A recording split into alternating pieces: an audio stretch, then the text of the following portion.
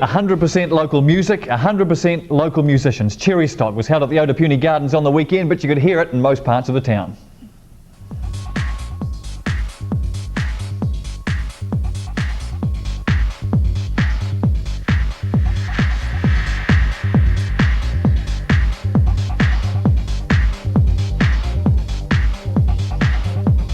It's been awesome. I mean, we started at 12, we started an hour late as usual, but it wouldn't be a Cherrystock, you know. I've been in the scene long enough to know that people won't turn up till an hour after it starts, so it's a good thing. The weather's been really good, Mother Nature loves us. The people have been mellow, there's still heaps of people here and it is 9:10 and dark. The food's been greasy, the rubbish has been messy, the people have been interesting, and all in all it's been a pretty awesome day. So Nadine, whatever possessed you to do this to yourself? Well, they needed a volunteer and I guess I was the only one around that did it. It was just kind of like when you're little you prick your finger with a needle, that was what it was like. It was no big deal really. And so do you think you'd ever do this sort of thing again? Yeah. I'm a freak, I know, but I would do it again. It was pretty freaky. I know Nadine, I thought it was kind of funny that she volunteered, but it's kind of freaky really seeing it done, you know. When you're getting it done you don't look at the needles, you know, but when you see them it's like, But it was pretty cool and it made it a bit more interesting. Heaps of people were really into it. Apparently the piercer did really, really well today. Heaps of people were into it and got a piercing, especially at Cherrystock, you know, so that was really cool.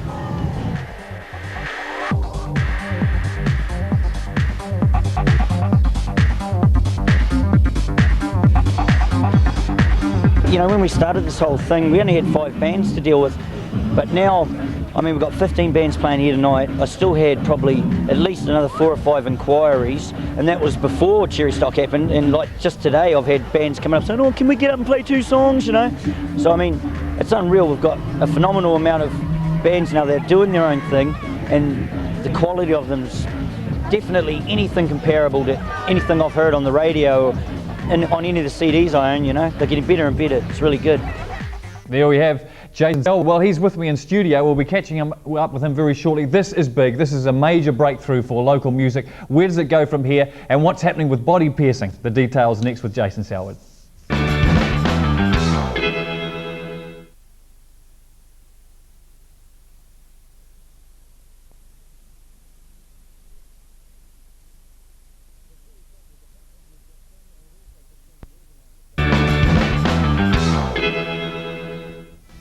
Well, Cherrystock was a hit, as we've just seen, and was also just seen the organiser, Jason Selwood. He also does the vocals for the band Vern, who performed on the day, so it was a big result for him. Let's see the significance of it for local music. Very good evening, Jason Selwood. Hey, Jerry. Has it all sunk in yet? 2,000 people out there at the Otapuni Gardens.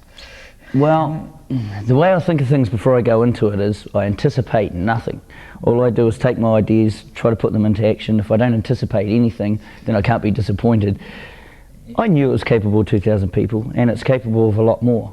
Because once you get 2,000, you're talking a different atmosphere to say 500 or less, aren't you? There's the feel of it there. Can you talk about that? Definitely. Well, you know, you seen it during the day. People were bringing the couches out from their flats and whatnot, and there was like all these people that had dyed their hair especially for the gig, you know, or they got pulled out all their best wares. I was talking to a shop owner in town, and he was saying that his nieces and that have been talking about it and planning what they're going to do for the last month and whatnot. So it's the whole atmosphere is something that people look forward to, because it's just a good relaxed day where people can mix with their peers rather than people they have nothing in common with. Now we're talking about too, this is Labour weekend here in Southland. Often people leave on this occasion. Now they had something to stay for.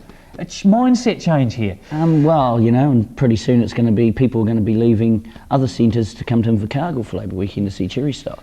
I mean, it's now reached the people of Southland, I believe, quite well. So the next stage is to take it to New Zealand, and then perhaps the world, give New Zealand something to look forward to. Now let's take up the aspect too that it was all local musicians. Yep. So what has this meant for the local music scene, which we know has been trying to get underway? This is original Southland acts, you guys. It's just flourished. I mean, since we first started this idea when it was sort of in its embryonic stage, we, like I said to a lot of people, we only had like 5 bands to deal with, and it's just every year it's multiplying doubling every year, and it's really good. And what it means is that it sort of creates a bit of a competitive market. You know, I mean, you've got the bands that are obviously more professional, and then you've got the bands that are just fledgling, just starting out, and that gives the young bands something to look up to. And I mean, now that we've made it in Southland, we get nationwide, it's just going to get nationwide interest. I mean, Rip It Up magazine, I rang them to put the ad in Rip It Up, and they were just blown away that Invercargill had 15 original bands. And it just so happened it coincided with them receiving Hounds of Zaroff's 7-inch record, so it's finally the momentum's really gone up an extra notch. That's what we're saying. Is it going to result in more gigs, more recordings for people? Yeah, well, now that we've got Saints and Sinners opened up in town, I mean, there's an opportunity set right there. I mean, and Saints and Sinners basically, it probably would have been unrealistic for them to open in town 3 years ago, you know. But now they've got the bands that they can use and whatnot. And I mean, plus it's going to attract the national acts down. It's going to give the young Invercargill bands a chance to, you know, open up for someone bigger and get the respect of someone that's nationally known, you know. Plus Cherrystock, I mean, it gives them a chance to play to 2,000 people. Where else? What was that like? Come on, up there with Vern. What was it like? Well, kind of like when I play myself, seeing as it is original music, I've written all the lyrics and all the rest of it, and like when you get up there, it's kind of like you shut yourself off from everything, and I'm just totally, when I'm up there, I'm totally absorbed into the music. It's really good to get the reaction of the crowd. I mean, Nadine, does it break through? Oh yeah, definitely. Nadine was getting pierced while we were performing, which was sort of an added bonus for us because we got everybody automatically straight to the front of the stage, so it was quite good, you know. We sort of cheated in a way, I suppose, but it's a wicked feeling, you know, for you to be doing something that you love, you genuinely love, you know, and for other people to be appreciating it and making other people feel good about it, you know, it's an amazing feeling. Nothing compares to it, nothing. On that note, thank you very much, Jay Selwyn. No Congratulations on a great Cherrystock. Thank you, Keep up the good Invercargill. work. Excellent. There we have it. Cherrystock was a great success, and the spin-offs could be huge for the local bands and the local singing music and the industry down here in the south. Well, coming up next, someone else who had great success in the cultural area. The Kapahaga competitions were held in Dunedin, and we had some good wins.